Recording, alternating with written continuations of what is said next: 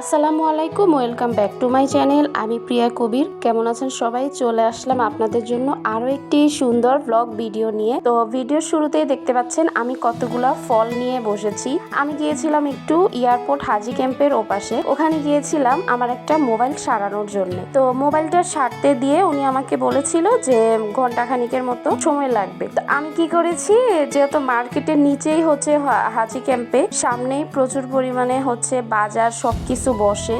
আর আমাদের রাস্তাটা কিন্তু এখন অনেক বেশি সুন্দর করেছে।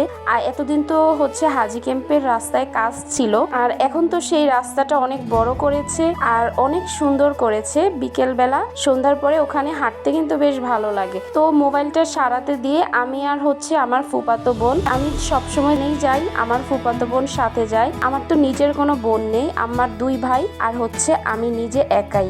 যে কোনো প্রয়োজনে আমার বড় যেই ফুফাতো বোন, আমি তাকে নিয়ে সবখানে যাই আর কি। তো যাই হোক, অনেক কথাই বলে ফেললাম, বোন নেই বলে এতগুলা কথা আমার বের হয়ে আসলো।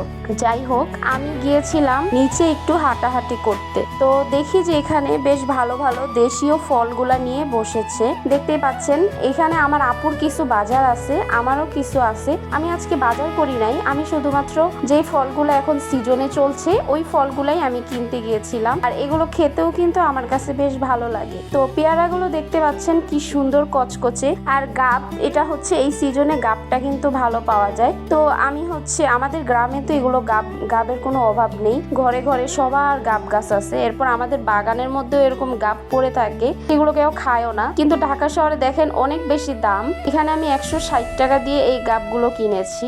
তো আমি এখানে 2 কেজি গাব নিয়েছিলাম। আমার ফুফাতো বোন সেদিন বলল যে গাব খাওয়ার কথা। তো আমি ভাবলাম যে যেহেতু আমি নিব, একটু বেশি করেই নিয়ে যাই, আমার বোনের বাসায়ও কিছু দিব আর আমারও যেহেতু পছন্দ আমিও নিয়ে নিলাম। এখানে পেয়ারা নিয়েছি আমি 2 কেজির মতো।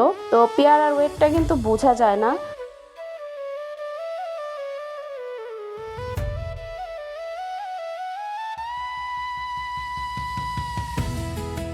এদিক থেকে দেখো, আমার দাদু বলেছিল যে ওনার জন্য যে তাবিজ বাঁধে, এটাকে আমাদের দেশে বলে আর কি কাইতন। তো যাই হোক, এই কালো সুতার যে ইয়াটা ওটাকে কাইতন বলে। তো এই কাইতন নিয়ে আসছি। আর বললো যে দাদু তো হচ্ছে নেল কাটার দিয়ে নখ কাটতে পারে না, একটা ব্লেড নিয়ে আসার জন্য বলছিল, কারণ ওনারা এখন বয়স হয়ে গেছে, নখগুলা হচ্ছে একদম মাংসের সাথে মিশে গেছে।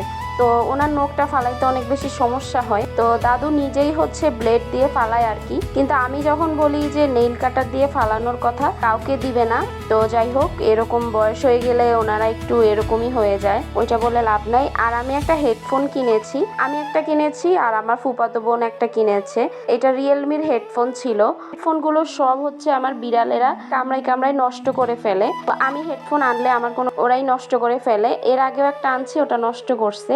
যেই ভাইয়ের দোকানে মোবাইল সারাতে দিয়েছি সেই ভাইয়ের দোকান থেকেই কিনছি, আর ওইটা আমাদের পরিচিত দোকান। এদিক থেকে বিকালে সবার জন্য একটু নাস্তা নিয়ে এসেছি। এখানে চাপ মশলা নিয়ে এসেছি, আর হচ্ছে একটা তান্দুরি চিকেন নিয়ে এসেছি, পরোটা, নান, রুটি নিয়ে এসেছি। তো আর এখানে কিছু সবজি ভাজিও নিয়ে আসছি। আমাদের হাজি ক্যাম্প এয়ারপোর্ট এলাকায় এই হোটেলের খাবার আমার সবচেয়ে বেশি ভালো লাগে। তো এটা হচ্ছে আমার মায়ের নামে যে হোটেলটা, মাও খুব পছন্দ করে। হোটেলের নামটাও হচ্ছে আমার মায়ের নামে, যেমন এই হোটেলটার নাম হচ্ছে পারভিন, আমার মায়ের নামও হচ্ছে পারভিন। তো যাই হোক, আমরা সবাই এই হোটেলের খাবারটা বেশি পছন্দ করি। আমার বাসা থেকে 20 টাকার ভাড়া, হেঁটে আসলে 10 মিনিট লাগে, রিক্সায় করে আসলে 5 মিনিট লাগে। এই তো 2-3 দিন পর পর আমি ভাইকে দিয়ে নাস্তা নিয়ে আসি। সবার পছন্দের হচ্ছে এই চাপ মশলা পরোটাটা, সবাই পছন্দ করে। ভাজিটাও অনেক বেশি ভালো লাগে, সেজন্য আমি 2টা ভাজি নিয়ে আসছি। আর হচ্ছে এটা আমাদের সবার রাতের ডিনার হয়ে যাবে। এখানে নান রুটিগুলাও অনেক সুস্বাদু হয়। তো নান রুটিগুলা হচ্ছে 30 টাকা করে, পরোটাও হচ্ছে 30 টাকা। এখানে তান্দুরি চিকেন হচ্ছে 180 টাকা করে, আর চাপ মশলাও হচ্ছে 180 টাকা করে, ভাজিগুলো হচ্ছে 30 টাকা করে। তো আমি তোমাদের সাথে ডিটেলস সবকিছুই বলে দিয়েছি, কারণ ঢাকা যদি আসা হয়, এয়ারপোর্ট এরিয়া কিন্তু আমার বাসার পাশে। এয়ারপোর্টের পাশে কিন্তু অনেক গেস্ট হাউস আছে। তো তোমরা কোনখান থেকে খাবে, বাংলাদেশে যখনই ল্যান্ড করো ঢাকা এয়ারপোর্টে আসলে অবশ্যই এই হোটেলে তোমরা স্টে করতে পারবে, প্লাস হচ্ছে তোমরা এখানকার খাবারও খেতে পারবে। খাবারগুলাও ভালো, আর হচ্ছে তোমরা এখানে আবাসিক ভাবেও কিন্তু থাকতে পারবে। দুইটাই হচ্ছে ওদের আছে। আমি তো ওখানকার রেগুলার কাস্টমার হয়ে গেছি। তো আমাদের যখনই প্রয়োজন হয় আমি ভাইকে পাঠাই, না হলে হচ্ছে আমি নিজেই যাই। তো আমি তো খুব কম যাই, ভাই যাই। দেখা যায় যে সপ্তাহে একবার হলো আমাদের বাহির থেকে নাস্তা এনে খাওয়া হয়। আর আমি যেহেতু বাইরে গেছি, কিছু না কিছু পরিবার পরিবারের সবার জন্য আনার চেষ্টা করি। লটকনগুলো দেখতে পাচ্ছ ক্যামেরায় কতটুকু দেখা যাচ্ছে আমি জানি না, কিন্তু লটকনগুলো অনেক বেশি বড় ছিল আর এত বেশি মিষ্টি ছিল। ইদানিং আমার হচ্ছে লটকন অনেক বেশি পছন্দ। আমি যখনই বাহিরে যাই 1-2 কেজি লটকন আনার চেষ্টা করি, আর ওই 1-2 কেজি লটকন আমি একাই খেতে পারি। আর পেঁপেগুলো দেখতে পাচ্ছ কত সুন্দর। আপু একটু কম দামে পেয়েছিল পেঁপেগুলো, সেই জন্য নিয়ে গেছে। আর পেঁপে দিয়ে ডাল দিয়ে নিরামিষ খেতে কিন্তু অনেক বেশি ভালো লাগে। তোমাদের জন্য এত সুন্দরভাবে ভিডিওটি করে দিয়েছেন আমার বোন, ফুফাতো বোন, তাকে অবশ্যই ধন্যবাদ দিতে ভুলবে না। আর হচ্ছে আমিও ধন্যবাদ দিচ্ছি। আর হচ্ছে লতি কিনেছিলাম, সেটা তোমরা ভিডিও শুরুতেই দেখেছো। তো কথা বলতে বলতে লতিগুলো শেয়ার করা হয়ে গেছে, কিন্তু ভয়েসটা দিতে পারি নাই। তো লতি নিয়েছি 1 কেজির মতো। লতিগুলা হচ্ছে তোমার 35 টাকা করে হচ্ছে হাফ কেজি ছিল, 1 কেজি 70 টাকা ছিল। তো আপু হচ্ছে হাফ কেজি নিয়েছে আর আমি মায়ের জন্য হাফ কেজি নিয়ে এসেছি। মা হচ্ছে চিংড়ি মাছ দিয়ে আর হচ্ছে মাছ দিয়ে লতি রান্না করে অনেক সুন্দরভাবে, কিন্তু আমি খাই না। তো এই যে লতিগুলা দেখতেই পাচ্ছ কত সুন্দর।